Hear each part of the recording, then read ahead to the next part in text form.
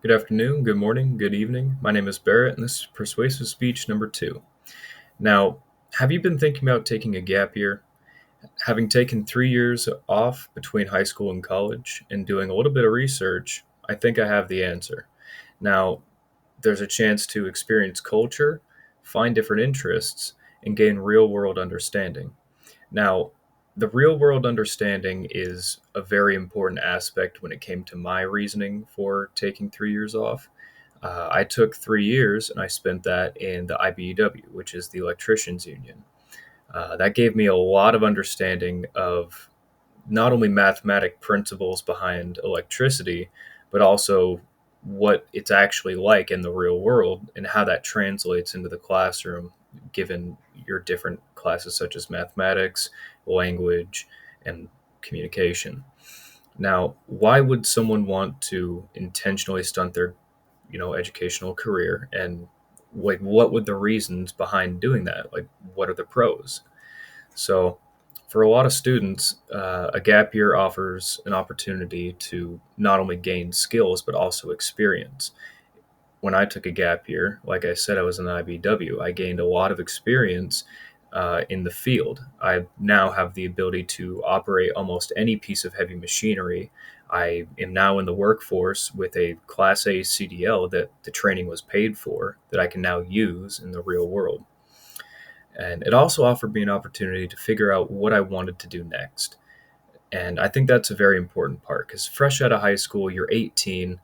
Not many people at 18 know what they want to do. Heck, I know my mom, she didn't know what she wanted to do until she was around 40.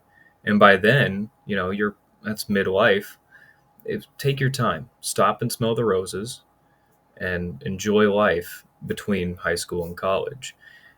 Another thing that's also incredibly beneficial for taking a gap year, it gives you a lot more time to save money. In high school, you don't have a lot of time because you're busy studying, you're busy going to class and spending majority of your day at school.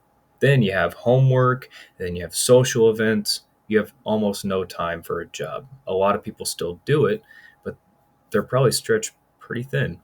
So during that gap year, you can work a summertime job and get a little bit of money saved up, and through the winter too, since you're taking an entire year, and save up a bit of money for college.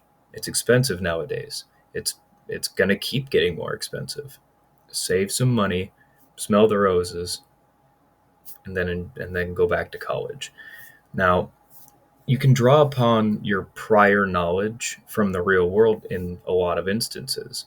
I can't tell you how many times I've been in this communication class and thought, oh, I've been in XYZ experience, or in my writing class. Oh, yeah, I read an article similar to that, so it'll be easy to summarize. It all depends on what you have prior.